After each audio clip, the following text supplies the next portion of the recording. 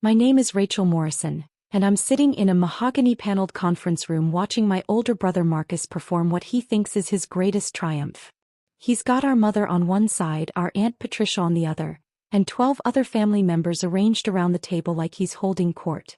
He's wearing a custom suit that cost more than most people's monthly salary, and his wife Vanessa keeps touching his arm like he's already royalty. I'm in the corner chair, the one near the door, where I've always been placed at family gatherings. If you've ever been the family scapegoat while watching the golden child take credit for everything, hit that like button and subscribe right now. You're not going to want to miss what happened next. 4 years ago, when Grandpa Thomas was diagnosed with stage 3 lung cancer, everything changed in our family.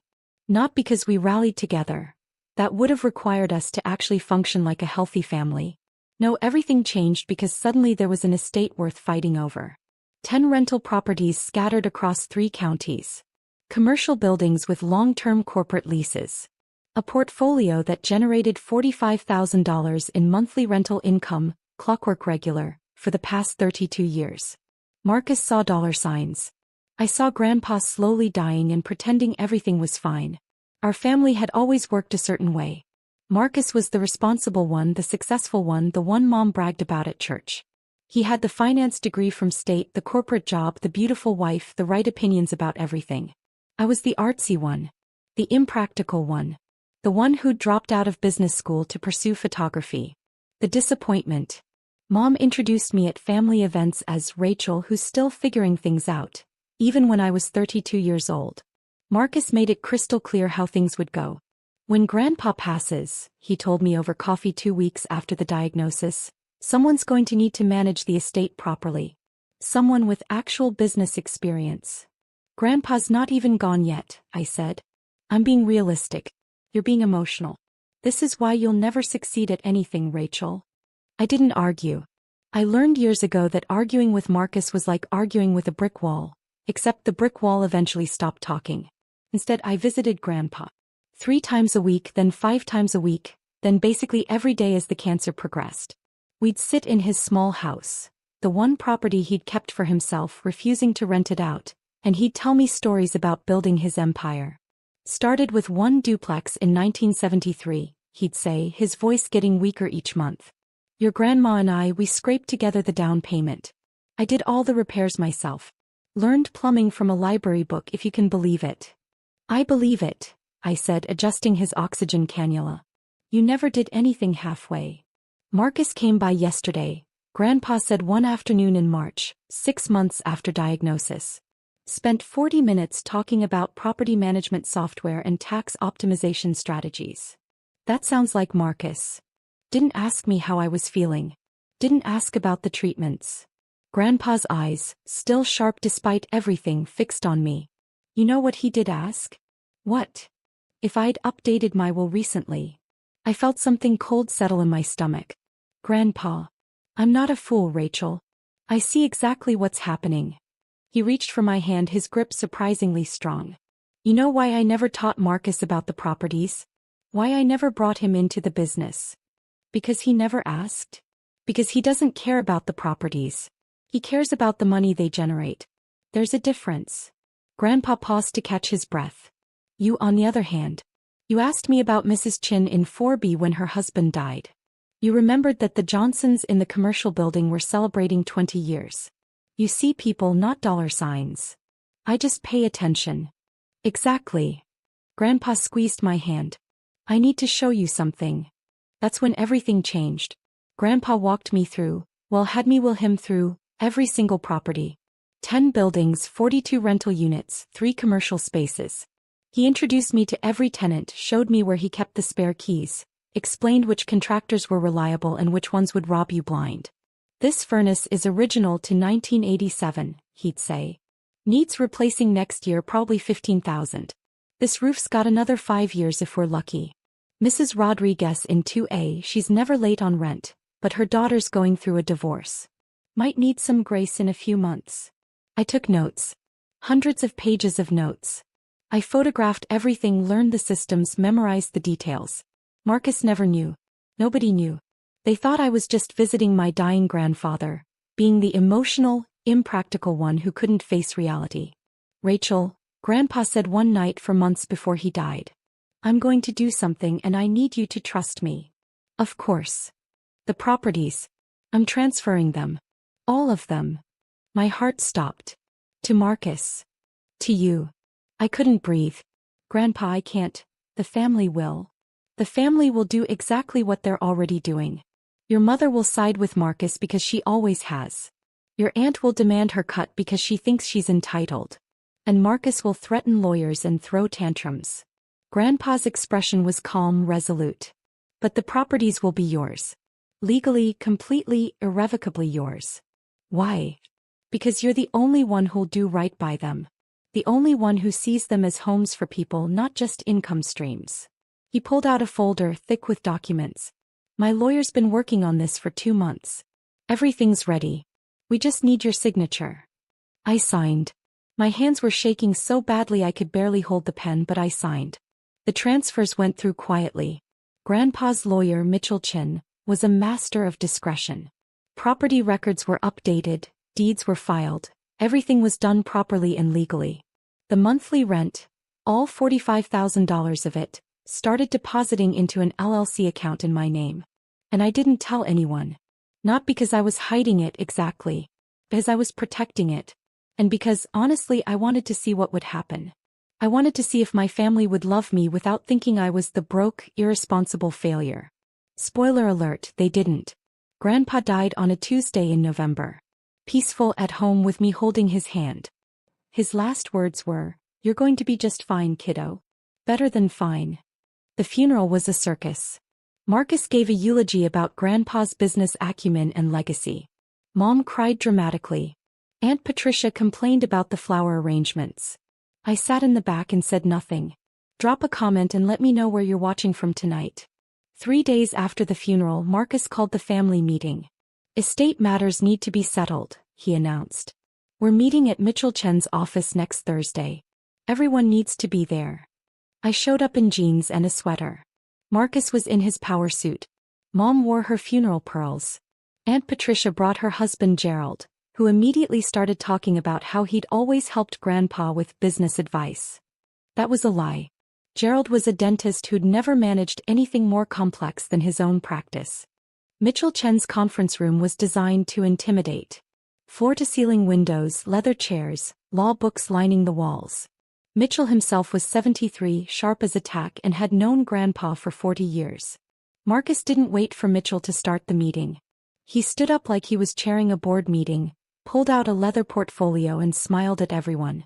"I want to thank you all for coming," he said, like he'd organized this instead of just demanding everyone show up. "Grandpa Thomas left behind a significant estate, and it's important we handle this properly." "Marcus," Mitchell said quietly, "perhaps we should."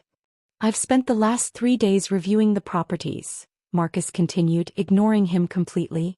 10 buildings, 42 units, stable cash flow. Grandpa built something remarkable, and it's our responsibility to honor that legacy. Mom nodded approvingly. Aunt Patricia whispered something to Gerald. I sat perfectly still. "Now, I know Grandpa never officially named an executor," Marcus said, which was interesting because Mitchell's expression said that wasn't true at all. "But I think we can all agree that this estate needs professional management. Someone with actual business experience." "Marcus has always been so responsible," Mom chimed in. "Ever since he was a boy." "I've already spoken with several property management firms," Marcus continued. "And I've had my accountant run preliminary numbers on tax optimization strategies. Conservative estimates put the annual net income around $400,000, assuming we raise rents to market rate and cut unnecessary maintenance costs." I watched him. His confidence was absolute. He genuinely believed this was already his. "Now, obviously, there will be distributions to family members," Marcus said generously. "Mom, Aunt Patricia, even Rachel will receive something. But the responsible thing, the thing Grandpa would have wanted, is for the properties to be managed by someone who won't run them into the ground." Vanessa, his wife, actually started a slow clap. I'm not kidding. She started clapping like he'd just delivered the Gettysburg Address. "So here's what I'm proposing," Marcus said, pulling out a document. "I'll take ownership of the portfolio. In exchange, I'll provide annual distributions to family members." Mom gets $20,000 a year. Aunt Patricia gets 15. Rachel gets 10, assuming she demonstrates financial responsibility. 10,000. From an estate generating 45,000 monthly. Marcus, I said quietly. It was the first word I'd spoken. He looked at me like he'd forgotten I was there. Rachel, I know this seems complicated, but trust me. This is what's best for everyone. I'm sure you believe that. I've already had my lawyer draft the paperwork, Marcus said, sliding the document toward Mitchell. It's all very straightforward. We can probably have everything finalized by next week. Mitchell didn't touch the document. He was looking at me. Mom jumped in. Rachel, honey, this really is for the best. You're not equipped to handle something this complex. Marcus has the experience, the education. The responsible sibling gets it all, Marcus announced, standing up straighter. All 10 properties generating $45,000 in monthly rent. This is about legacy. This is about competence. That's when Mitchell Chin stood up. Interesting, he said, his voice carrying that particular tone lawyers use when they're about to destroy someone's world. Because the deeds were transferred 4 years ago. The room went silent. Marcus blinked. What? The properties, Mitchell said, opening his own folder. They were transferred out of Thomas Morrison's name in March 2021. All 10 buildings, all 42 units, all 3 commercial spaces. Mom's face went pale. That's not possible. Dad wouldn't. I handled the transfers myself, Mitchell continued. All properly filed with the county recorder's office. All legal, all documented. Marcus was shaking his head. No, that's not, I would have known. I've been managing the maintenance, I've been filing the expense reports. That's actually another interesting point, Mitchell said. Those maintenance receipts you filed with the estate? The ones claiming you've been managing the properties and spending your own money on repairs. Hit that subscribe button if you've ever had to set boundaries with toxic family, because what happened next changed everything. Marcus had gone very still. What about them? They're fraudulent. Mitchell pulled out another folder, this one much thicker. Every single receipt, every invoice, every claim of expenditure, all fabricated. And we can prove it. That's ridiculous, Marcus said, but his voice had changed. The confidence was cracking. I have documentation. You have fabricated documentation, Mitchell corrected. For example, this receipt claiming you spent $12,000 on a new HVAC system for the property on Maple Street. The actual HVAC company has no record of that work. Because it never happened. I must have used a different. Or this one. $8,000 for roof repairs on the commercial building downtown. Except the roofing company you supposedly used went out of business in 2019. 2 years before this receipt is dated. Aunt Patricia stood up. Mitchell, surely there's some misunderstanding. There's no misunderstanding. Over the past 4 years, Marcus has filed approximately $173,000 in fraudulent maintenance claims against the estate. Mom actually gasped. Marcus, tell him that's not true. But Marcus wasn't looking at Mom. He was looking at me. And I saw the exact moment he realized. He breathed. He knew. You've known the whole time. I met his eyes. I didn't know about the fake receipts. That's a nice touch though. Really creative. The properties are yours? Vanessa said, her voice climbing. Since when? Since March 2021, I said calmly. Grandpa transferred them to me 4 months before he died. Every single one. That's not legal, Marcus said desperately. He wasn't in his right mind, he was dying, it was undue influence. He was completely competent, Mitchell said. I have medical documentation from 3 separate doctors confirming his mental capacity at the time of transfer. I also have video recording of the signing, which was witnessed by 2 independent parties who had no relationship to the family. I pulled out my own folder. I'd been holding it in my lap the whole time. But here's the thing, Marcus, I said, sliding it across the table. While you were filing fake maintenance receipts, I was actually maintaining the properties. With my own money. Money from the rental income that's been legally mine for 4 years. The folder hit the table with a satisfying thud. Marcus opened it with shaking hands. That's every repair, every upgrade, every legitimate expense, I said. The furnace at the Maple Street property, that's page 12. I replaced it last year for $16,000. The commercial building roof? Page 37. $22,000 completed 6 months ago. Mrs. Rodriguez's broken water heater? Page 53. Emergency repair 24-hour turnaround, because she has 3 kids and it was January. Marcus was flipping through the pages, his face getting redder with each one. All documented. All legitimate. All paid for from the rental income that you thought should be yours. I leaned back in my chair. You want to talk about responsible management, Marcus? I've been responsible. You've been filing fake receipts and planning to evict tenants to raise rents. You had no right, Mom said, her voice shaking. Rachel, your grandfather wouldn't have wanted this. Family doesn't. Family doesn't what, Mom? I turned to her. Family doesn't lie? Family doesn't fabricate documents? Family doesn't try to steal from each other. You manipulated a dying man, Aunt Patricia accused.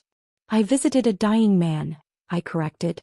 3 times a week, then 5 times a week, then every single day. I held his hand through chemo.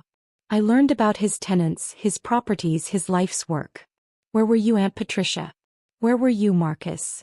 This isn't fair, Vanessa said. Marcus has been planning. He left his job. He was going to manage these properties full-time. He left his job. I looked at Marcus. When? His jaw clenched. 2 weeks ago. I gave notice after the funeral.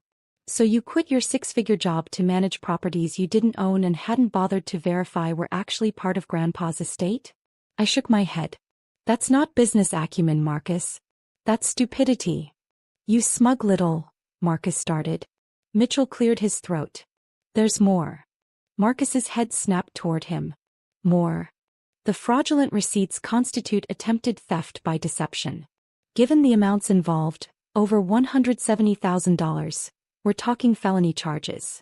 Mitchell's expression was professionally neutral, but I could see the satisfaction underneath. He'd loved Grandpa. I'm obligated to report this to the authorities. You can't be serious, Mom said. Mitchell, we've known each other for years. Which is exactly why I take this so seriously, Linda. Thomas was my friend. What Marcus attempted to do here isn't just unethical. It's criminal. Marcus stood up so fast his chair fell over. I'm not going to sit here and be accused of crimes by my own sister. Then leave, I said simply. You're not needed here anyway. You never were. That's when the door opened. 2 people walked in. A man and a woman, both in business suits, both carrying badges. Marcus Morrison, the woman said. Marcus went white. Who are you? Detective Sarah Chin, Fraud Division. This is Detective James Rodriguez.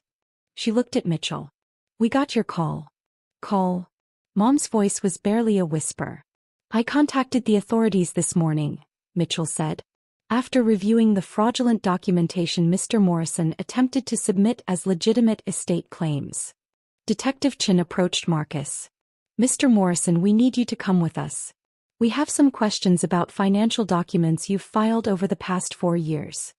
This is insane, Vanessa said, grabbing Marcus's arm. You can't just arrest him. We're not arresting him, Detective Rodriguez said. Yet. But we do need to talk about approximately $173,000 in fraudulent claims. Marcus looked at me. Actually looked at me maybe for the first time in 30 years. You're destroying the family. No, I said quietly. I'm just declining to be destroyed by it. He tried to say something else, but Detective Chin was already guiding him toward the door. Vanessa followed, her heels clicking frantically on the marble floor. The door closed. The silence that followed was deafening. Mom was crying. Real tears this time, not the performative ones from the funeral. How could you do this, Rachel? To your own brother. How could I? I stared at her. Mom, he tried to steal properties that Grandpa legally gave to me. He fabricated nearly $200,000 in fake expenses. He was planning to raise rents on families who've lived in those buildings for decades. And you're asking how I could do this? He's your brother, she whispered. And yet he never treated me like his sister.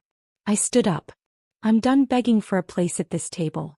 I'm done being the family disappointment while watching Marcus get praised for basic human functioning. I'm done. Aunt Patricia found her voice. You'll regret this. When you need family. I have family, I interrupted. I have Mrs. Chin in 4B who sends me homemade dumplings every Chinese New Year. I have the Johnsons who invited me to their daughter's wedding. I have 42 households who actually appreciate what I do for them. I looked at her. What I don't have is relatives who value me. And honestly, I'm okay with that. I picked up my folder and walked toward the door. Rachel, Mitchell called. You'll need these. He handed me another folder. Updated documentation for all 10 properties. Everything's in order. The LLC is generating excellent returns, by the way. Your grandfather would be proud. Thank you, Mitchell. One more thing. He lowered his voice. The fake receipts. I noticed them about a year ago. I've been building the case ever since. Your grandfather asked me to watch out for you. This is me keeping that promise. I hugged him. Actually hugged him right there in the conference room while my mother sobbed and my aunt glared. Then I left. The fallout was immediate and spectacular. Marcus was charged with attempted fraud and theft by deception within 48 hours. The local newspaper ran a story. Finance professional charged in elaborate estate fraud scheme. His LinkedIn profile disappeared. His wife's Facebook went private. Mom called me 17 times that first day. I didn't answer. She left voicemails ranging from pleading to angry to desperate. You're tearing this family apart, she said in message number 12. Your grandfather would be ashamed. I finally called her back on day 3. Grandpa knew exactly what he was doing, I said. He knew Marcus would try exactly this. That's why he transferred everything 4 years early. That's why he had everything documented. He was protecting his legacy from people who saw it as a cash grab. You poisoned him against his own family, she accused. No, Mom. I visited him while he was dying. There's a difference. I took a breath. You're welcome to be part of my life. But only if you can accept that I'm not the failure you've always treated me as. Otherwise, we're done. She hung up on me. She hasn't called back. Aunt Patricia tried a different approach. She showed up at my apartment with a casserole and an apology that lasted exactly as long as it took her to ask for $20,000. Just to help with Gerald's practice expenses, she said. No, I said. But we're family. Then act like it. Start with not demanding money from the niece you've ignored for 30 years. She left without the casserole. Marcus's case went to court 6 months later. The evidence was overwhelming. Fake receipts, fabricated invoices, forged signatures. His lawyer tried to argue emotional distress, grief-induced poor judgment, financial pressure from unemployment. The judge wasn't impressed. 18 months in minimum security, 5 years probation, full restitution to the estate. The sentence was delivered on a Tuesday. I wasn't there, but Mitchell called me immediately after. Justice, he said simply. Vanessa filed for divorce before Marcus even started his sentence. She'd already moved in with her personal trainer. The irony wasn't lost on anyone. The properties thrived. I replaced 2 more roofs, upgraded 3 kitchens and installed energy-efficient windows in the commercial building. Rent stayed stable. No increases unless absolutely necessary and always with 6 months' notice. Mrs. Rodriguez in 2A sent me a Christmas card. Thank you for understanding when Sarah moved back home, she wrote. Most landlords would have evicted us. You gave us grace. That card is framed in my office. A year after the estate meeting, I got a call from an unknown number. Rachel Morrison? A professional voice, female, confident. Speaking. My name is Jennifer Wu. I run a property management firm downtown. I've been hearing about how you've been managing the Morrison properties and I'm impressed. Thank you. I'm expanding my business. I need someone who sees properties as homes, not just assets. Someone who understands tenant relationships matter more than maximum profit extraction. She paused. I'd like to offer you a consulting position. 20 properties to start, $60,000 retainer, profit sharing on renovations you oversee. I took the job. 2 years after that, I bought 3 more properties. Fixed them up, rented them to families who needed a break, managed them the way Grandpa taught me. The business grew. The consulting expanded. Last month, Jennifer offered me a full partnership in her firm. You've changed how we operate, she said. Tenant retention is up 40%. Referrals are through the roof. You were right. Treating people like people instead of income streams actually makes better business sense. If you've ever had to walk away to save yourself, tell me your story in the comments. What would you have done? 3 years after the estate meeting, I was having coffee at the property on Maple Street. I'd converted the ground floor unit into a community room for tenants, when someone knocked on the window. It was Mom. She looked older. Tired. She was carrying a single shopping bag and wearing a coat I recognized from 5 years ago. I unlocked the door. "I don't want money," she said immediately. "Okay. Marcus gets out in 6 months. Parole hearing next week." "I know." She looked around the community room. New paint, comfortable furniture, a bulletin board covered in tenant announcements and kids' artwork. "This is nice. The tenants like it. Mrs. Chin teaches Tai Chi here on Sundays. The Johnson kids do homework here after school." Mom sat down without being invited. I was wrong. I waited. "About Marcus. About you. About everything." Her hands twisted in her lap. "I thought success looked like his finance degree and corporate job. I didn't see that you were building something real. Something that actually helps people." "Why are you here, Mom?" "Because I miss my daughter. Not the daughter I wanted you to be. The daughter you actually are." She looked up. "I know I don't deserve forgiveness. I know I enabled Marcus, dismissed you, treated you like you were less. I can't change that. But I'm asking anyway." I sat down across from her. "What happened to standing by Marcus no matter what?" "I visited him in prison last month. Do you know what he said?" She laughed bitterly. "He blamed me. Said I pressured him, created unrealistic expectations, made him feel like he had to be perfect. Blamed everyone but himself." "Sounds like Marcus." "It does, doesn't it?" Mom wiped her eyes. "I spent 3 years defending him, alienating everyone, insisting you were the problem. And he blamed me the first chance he got. What do you want from me, Mom?" "Nothing. Everything. A chance to know my daughter. To apologize properly, not just with words but with time and effort and actually showing up." She met my eyes. "I know that might not be possible. I know I burned that bridge. But I had to try. I thought about Grandpa. About his lessons on grace and boundaries. About Mrs. Rodriguez and second chances. Tuesday mornings," I said. "Coffee here 9 a.m. We talk. Actually talk, not perform for each other. That's it. That's the start. You show up consistently for 6 months, we'll talk about more. You miss more than 2 without legitimate excuse, we're done. And you never ever ask me to reconcile with Marcus or minimize what he did. Deal." She started crying again. "Thank you, Rachel. Thank you for showing up." She did. Every Tuesday for 6 months, then a year, then 2 years. We rebuilt something. Not what we had, that was broken from the start. Something new. Something honest. Marcus got out of prison and immediately tried to contact me through social media. His message was 3 paragraphs of self-justification ending with a request for $50,000 to get back on his feet. I blocked him and didn't think about it again. Last month, Grandpa's birthday, I visited his grave. Brought his favorite whiskey and poured a little on the ground. "The properties are doing great," I told him. 42 families safe and stable. 3 more buildings added. Community programs in 4 locations. Mrs. Chin says hi. The wind rustled through the trees. "Marcus is out. I haven't seen him. Don't plan to. Mom and I are talking. Carefully but talking." I smiled. "You were right, Grandpa. About all of it. The properties aren't just buildings. They're homes. And that matters more than maximum profit." I could almost hear him agreeing. "You taught me to see people. To value stability over extraction. To build something that lasts." I stood up. "I'm doing that. Every day. 442 families and counting." The sun was setting, casting everything in gold.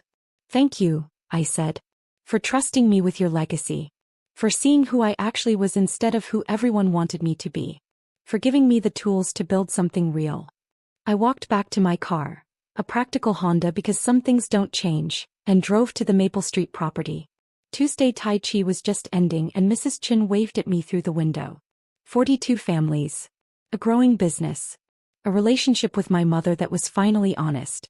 A life built on the foundation Grandpa created, expanded with lessons he taught me. Marcus wanted the empire handed to him. I earned it, building by building, family by family, choice by choice. Paper beats promises every single time. And sometimes, the family scapegoat turns out to be the only one who actually understood what family means.